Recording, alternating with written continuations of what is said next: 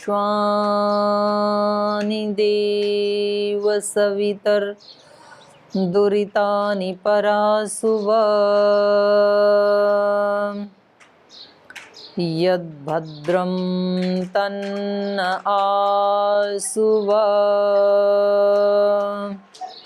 ओम शांति शांति शांति।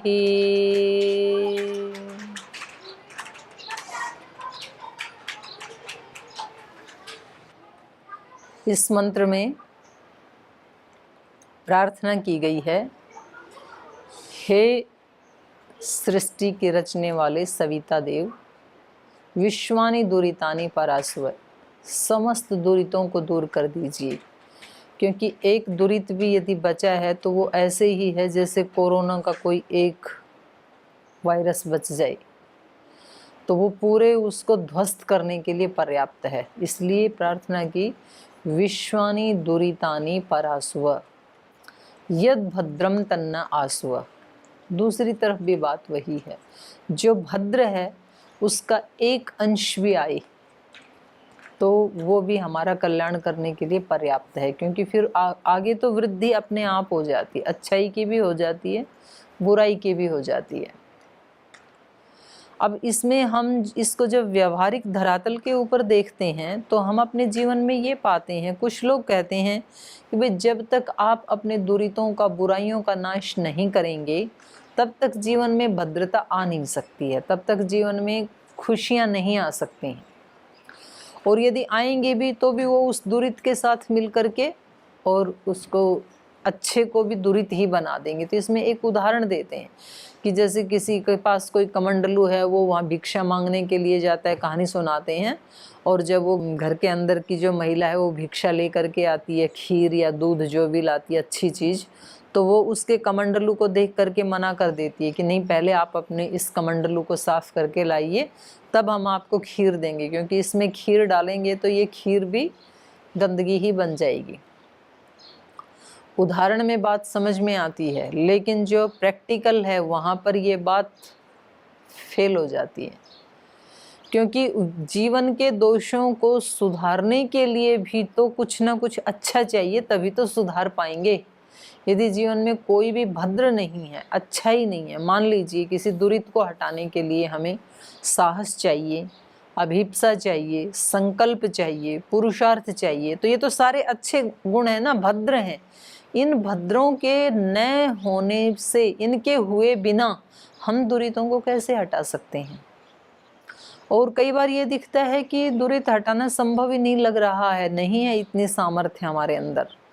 हम जब देखते हैं कि हम कहीं घर में रहते हैं, परिवार में, संगठन में, संस्थान में रहते हैं, और कहीं किसी व्यक्ति के साथ हमारा मन भेद या मतभेद हो जाता है, फिर हम कोई इस प्रकार का उपाय कहीं से सुनते हैं कि भाई ये भी एक दुरित है मेरे चित्त में और मैं इसको ठीक करूं, और जैसे ही हम ठीक करने का ऐसा कोई भाव अपने मन में सोचते हैं कि अब हम इनके प्रति ना इनसे झगड़ा करेंगे, ना कोई इनसे ईर्ष्या, द्वेष, घृणा आदि ऐसा कुछ नहीं करेंगे, इनसे प्रीति पूर्वक रहेंगे, लेकिन अगले ही दिन वो व्यक्ति बिल्कुल उससे उल्टा ही करता है, तो फिर हमारे मन में आता है कि भाई इस संबंध को नहीं सुधारा जा सकता, क्योंकि मैं तो तैयार हूँ, अगला व्यक्ति तो तैयार है ही नहीं, तो वो दुरित हम कैसे ठीक करें? तो ऐसे ऐसे अनेक अनेक उदाहरण मिलेंगे, ये तो एक उदाहरण है। तो करें क्या? तो बात इतनी समझ में आई है कि हम अपने भद्र को बढ़ाते रहें। मान लीजिए कहीं कोई एक रिश्ता ऐसा है, या कहीं शरीर में कहीं कोई बीमारी है, कहीं कैंसर है, कहीं डायबिटीज है, कहीं हमारे को सर दर्द है, कहीं घर में लॉस हो गया है, तो ये सारे दुरित ही तो हैं जिसके कारण हम परेशान। उनको रहने दो, वो अपने स्थान पे रहें। मान लो पड़ोसी के साथ अनबन है, बच्चे हमारे साथ ठीक से बात नहीं करते हैं, बेटे बेटी, पुत्र वधू, सास ससुर, कोई भी रिश्ता हमारा बिगड़ा है, उसके कारण हम परेशान, ये हमारे जीवन में दुरित है। तो मुझे ऐसे लगता है कि उसको एज इट इज छोड़ दो, उसकी तरफ ध्यान मत दो, जो आप चाहते हैं उसके ऊपर पूरा बल लगा दें। जहां से भी हम सद्गुण, सद्व्यवहार, सद्भाव भर सकते हैं, उसके ऊपर हम पूरी अपनी ताकत लगा दें।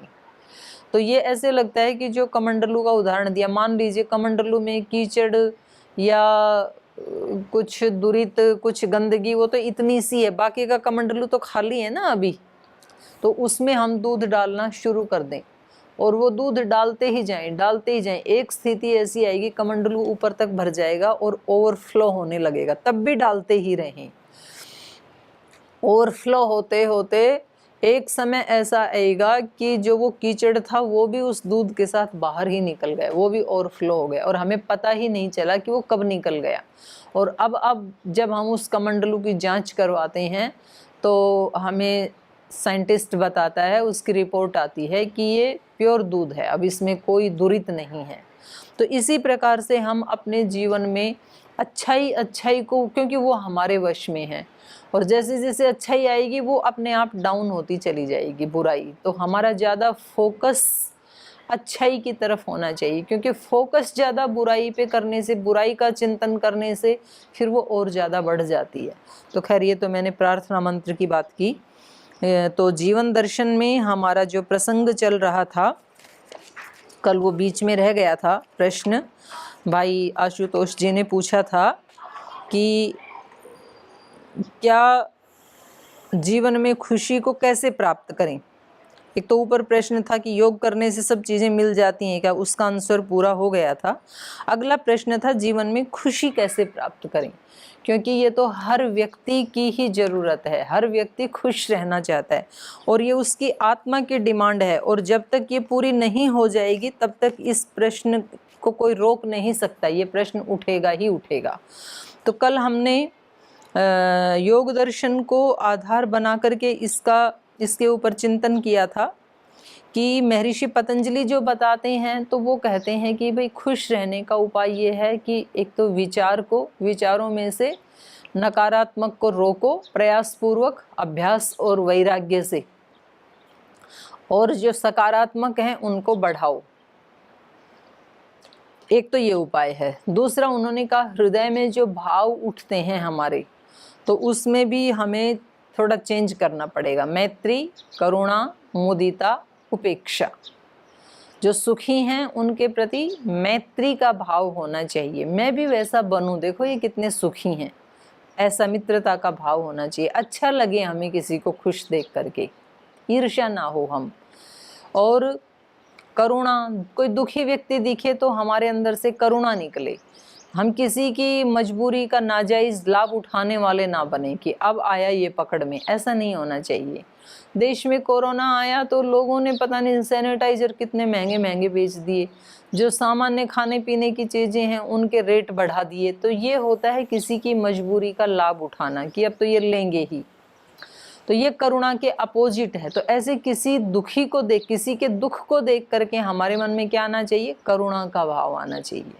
तो भाई जितना हम आपकी क्या हेल्प कर सकते हैं, मानो उस समय ऐसे लोग भी हैं जो करुणा दिखा रहे हैं।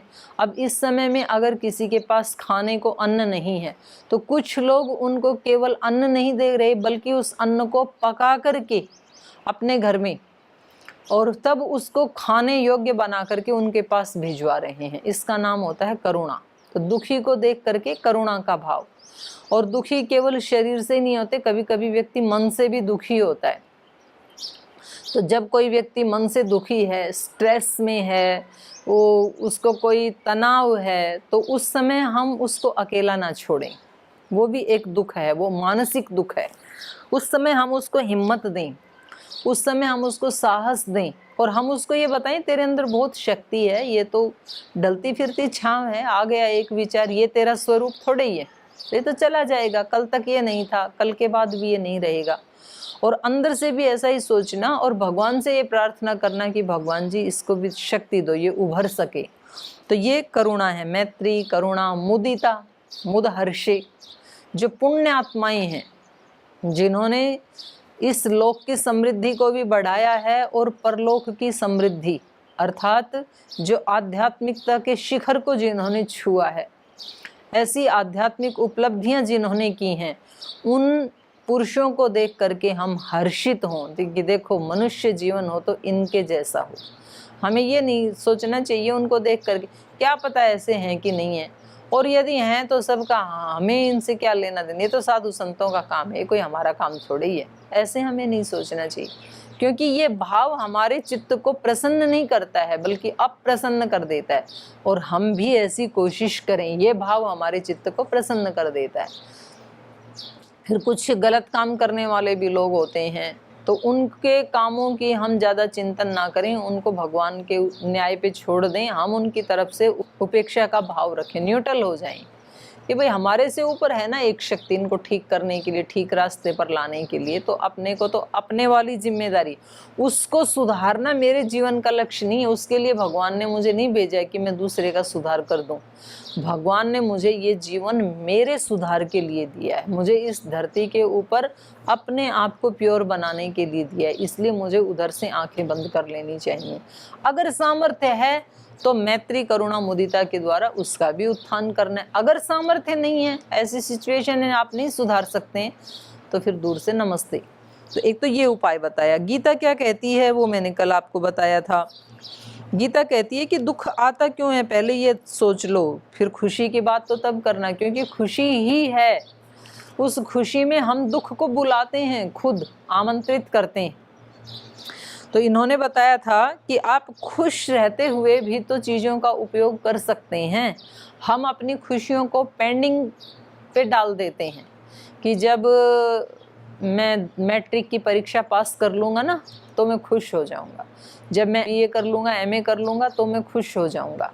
और वो खुशी मिलती भी है, एक दिन मिलती है, लेकिन अगले ही दिन फिर 11वीं की चिंता हो जाती है, अगले ही दिन फिर एमए के बाद पीएचडी की चिंता हो जाती है, अगले ही दिन फिर बीए करने के बाद एमए की चिंता हो जाती है। आप अपने घर में, मैं ये गाड़ी लाऊंगा तो मुझे खुशी मिलेगी, टीवी लाऊंगा तो खुशी मिलेगी। जिस दिन टीवी लाए उस दिन बहुत खुश था पूरा परिवार, लेकिन अगले ही दिन इच्छा हो गई कि अब ये तो छोटा स्क्रीन है इसका, अब मैं इससे भी डबल ट्रिपल स्क्रीन का टीवी लाऊंगा तब अच्छा लगे। गाड़ी लाए उस दिन तो बहुत खुश थे, लेकिन आपने कहा कि ये तो अल्टो गाड़ी है, बिल्कुल छोटी सी गाड़ी है, अब तो मैं जिस दिन मर्सिडीज लाऊंगा ना उस दिन मेरे को खुशी मिलेगी। तो खुशी गायब हो जाती है अगले उसमें। तो वास्तव में ये खुशी मिलती किससे है? वस्तुओं से मिलती है क्या? वस्तुओं से यदि मिलती होती तो गाड़ी जिस दिन आई उस दिन खुशी मिली, फिर उसके दिन बाद कभी जानी नहीं चाहिए थी, क्योंकि गाड़ी तो अभी भी घर में है। अगर डिग्री से खुशी मिलती है तो डिग्री तो आज भी मेरे पास मैंने लेमिनेट करके रखी हुई है, लेकिन आज वो खुशी क्यों चली गई जो उस दिन आई थी, जिस दिन डिग्री मेरे हाथ में मिली थी मुझे?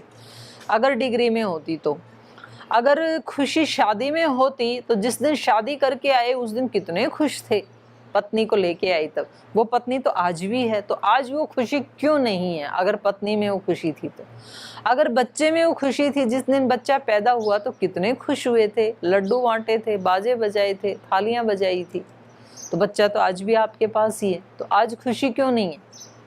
अगर ये खुशी वस्तुओं में होती, अगर ये खुशी व्यक्तियों में होती, तो आज भी वो व्यक्ति, आज भी वो वस्तुएं हमारे पास हैं, लेकिन खुशी आज नहीं है। तो फिर ये खुशी कहाँ थी, कहाँ से आई थी और कहाँ चली गई?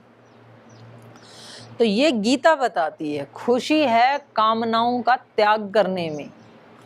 आपने मन में एक कामना बनाई थी कि जिस दिन मेरे को डिग्री मिलेगी उस दिन मैं खुश हो जाऊंगा, और बड़ी मेहनत की आपने, और उसके बाद रिजल्ट आया, डिग्री मिली। जब डिग्री मिली तो उतनी देर के लिए आप कामना मुक्त हो गए थे, कोई कामना नहीं थी, क्योंकि जो कामना की थी वो पूरी हो गई, और अब आगे का प्लान बनाया नहीं है। तो इस समय चित्त कैसा है? वर्तमान में है, अभी अपनी डिग्री के साथ है चित्त, तो इसलिए खुश हैं। जितनी देर के लिए, चाहे आप वो 1 घंटे के लिए कामना मुक्त रहे, या 1 दिन के लिए रहे, या 5 दिन के लिए कामना मुक्त रहे, जितनी देर हमारा चित्त कामनाओं से मुक्त रहता है उतनी देर हम खुश रहते हैं।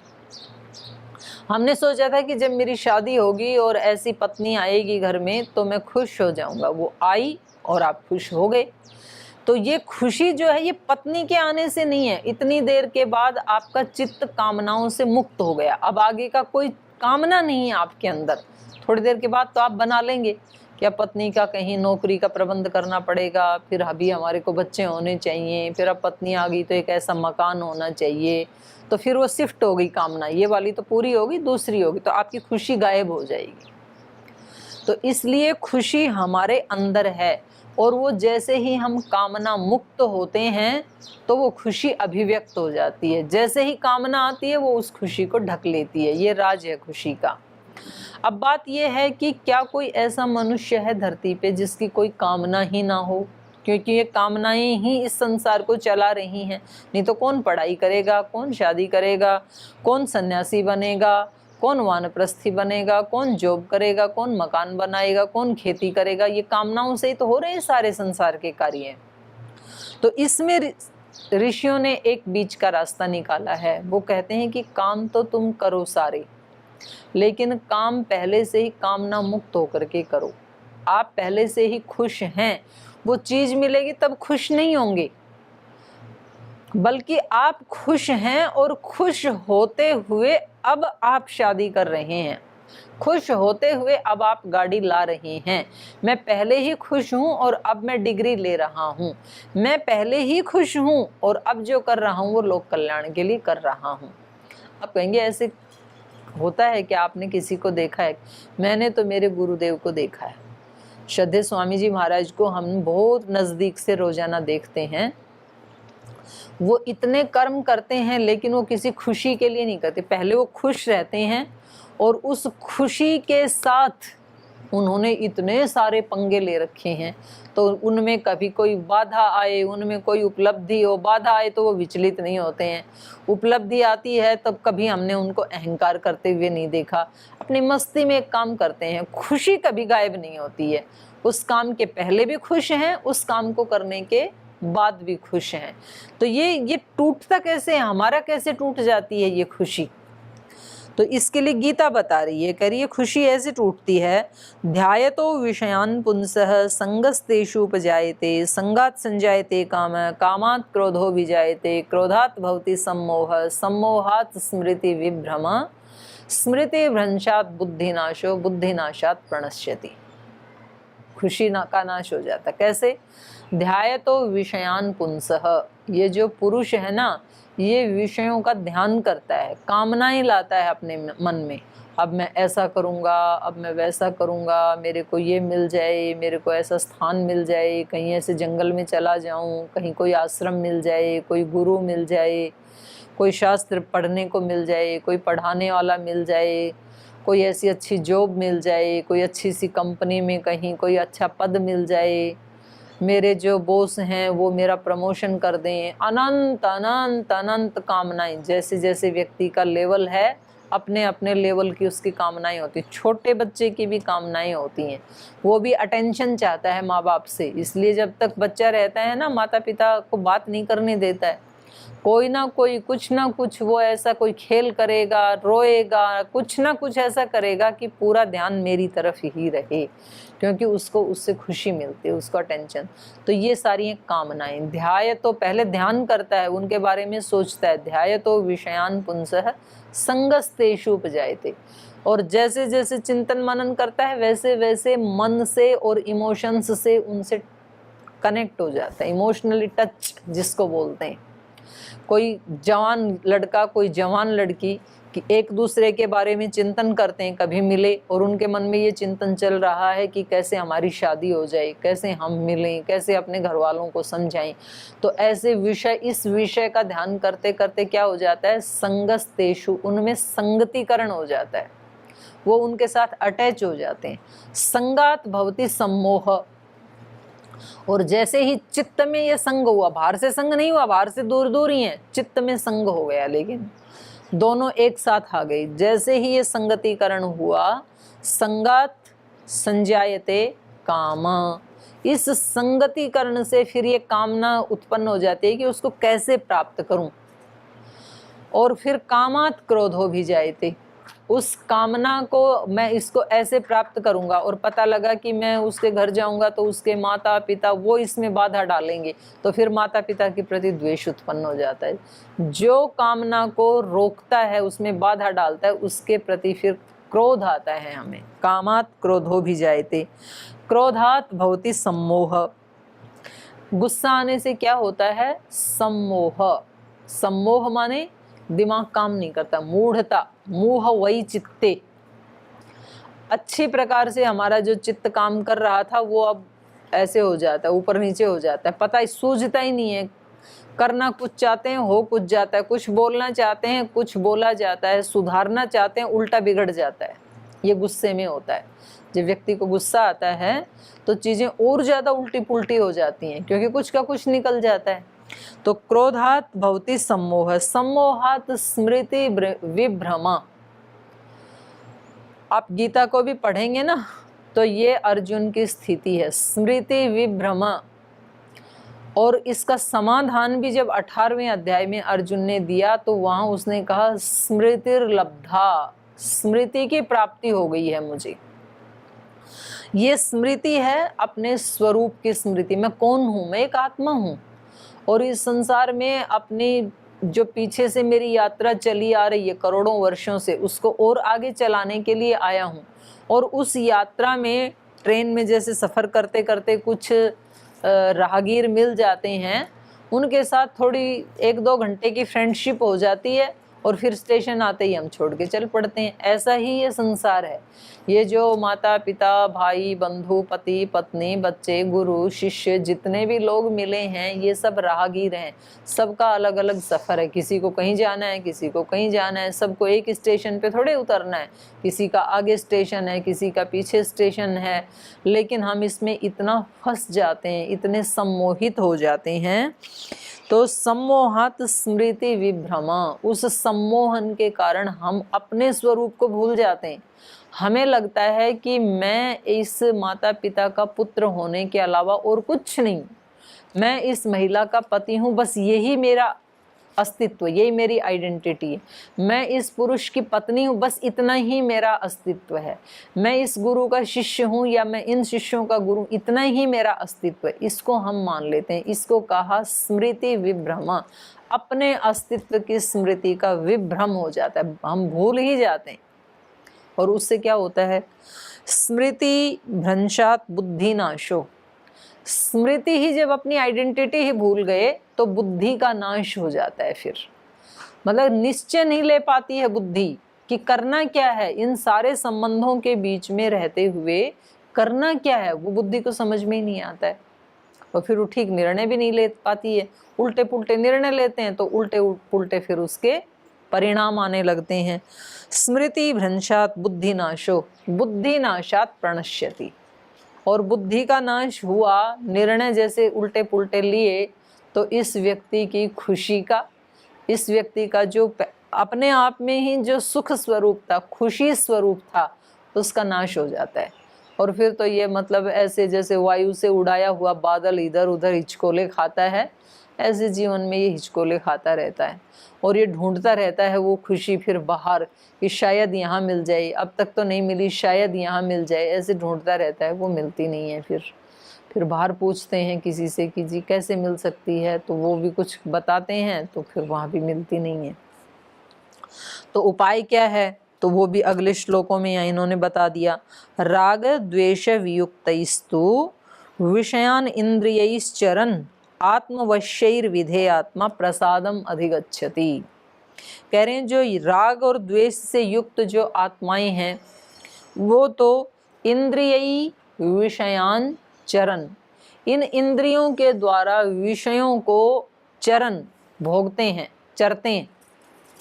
और उनको भोगते हुए वो तो कैसे हो जाते हैं? दुख से युक्त हो जाते हैं। और आत्मवश्यी विधेय आत्मा, जिनका अपना आत्मा वश में है, आत्मवश्यी विधेय आत्मा, जो अपने स्वरूप के साथ जुड़े हुए लोग हैं, उनका प्रसादम अधिगच्छति, वो फिर परमात्मा को प्राप्त कर लेते हैं।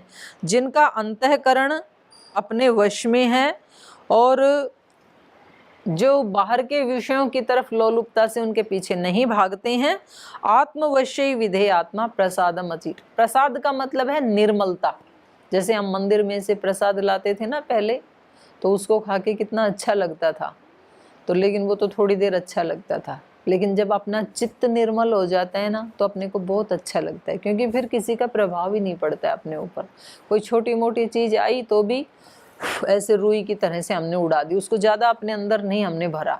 वरना तो यदि चित्त प्रसन्न नहीं है या निर्मल नहीं है, तो छोटी सी बात, तिल का हम ताड़ बना देते हैं खींच खींच करके, और फिर दुखी खुद भी होते हैं और दूसरों को भी करते हैं। आपने ऐसा क्यों बोला, आपने ऐसा क्यों किया, छोटी ही बात थी, उसको कई दिन झगड़े का कारण हमने बनाया और कई दिन दुखी होते रहे और दूसरे को भी करते रहे।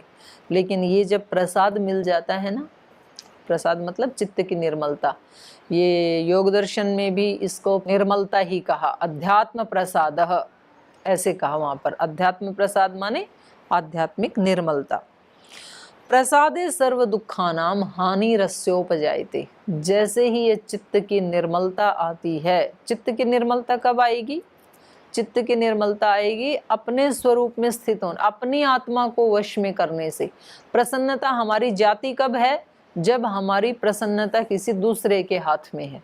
हम चाहते हैं कि परिवार वाले ऐसा व्यवहार करें, पत्नी ऐसे करे, बच्चे ऐसे करें, पुत्र वधू ऐसा करे, पड़ोसी ऐसा करे, रिश्तेदारों को ऐसा होना चाहिए, राजनीति में ऐसा होना चाहिए, देश में ऐसा होना चाहिए, प्राइम मिनिस्टर को ऐसा करना चाहिए, साधु संतों को ऐसा करना चाहिए। वो वैसा करते नहीं है, फिर हम दुखी होते हैं। क्या करें? फिर चारों तरफ जो है हाहाकार हो रहा है, तांडव हो रहा है, तो क्या करें? कैसे प्रसन्न रहें हम? और ये क्या कह रहा है? आत्मवश्य विधेय आत्मा, उन सब को वश में नहीं कर सकते हैं, अपने आप को वश में करना है। ये भी तो एक ऑप्शन है कि वो कुछ कुछ करते रहें और मेरे ऊपर कोई असर ही ना पड़े। इस वाले ऑप्शन के ऊपर हमें ज़्यादा बल देना है। इस संसार में तो सब जगह कांटे ही कांटे भरे हुए हैं और हमें इसी में ही चलना है 100 साल तक, इसी संसार के जंगल में चलना है। तो ये भी तो हो सकता है कि हम अपने पैर में जूते पहन लें तो फिर हमें कांटे लगे ही नहीं, कहीं भी कांटे हों, क्योंकि सारे संसार में हम फूल नहीं बिछा सकते हैं, ये हमारी कैपेसिटी नहीं है। पर अपने पैर में जूते हम पहन सकते हैं। तो इसलिए गीताकार ने यहाँ उपाय बताया, आत्मवश्य विधेय आत्मा प्रसादम अधिगच्छति। जो अपने आप को वश में रखने वाला है, वो उस निर्मलता को, चित्त की निर्मलता को, चित्त की प्रसन्नता को, चित्त की स्थिरता को वो व्यक्ति प्राप्त कर लेता है। तो हमें खुश रहना है तो क्या करें? खुशी कैसे प्राप्त करें? अपने मन को जीतना है, अपनी कामनाओं को, अपनी इच्छाओं को जीतना है, अपनी इच्छाओं को थोपना नहीं है दूसरे पे। और यदि कोई इच्छा मुझे पूरी करनी है तो मुझे अपने पुरुषार्थ से करनी है, किसी दूसरे से भीख नहीं मांगनी है।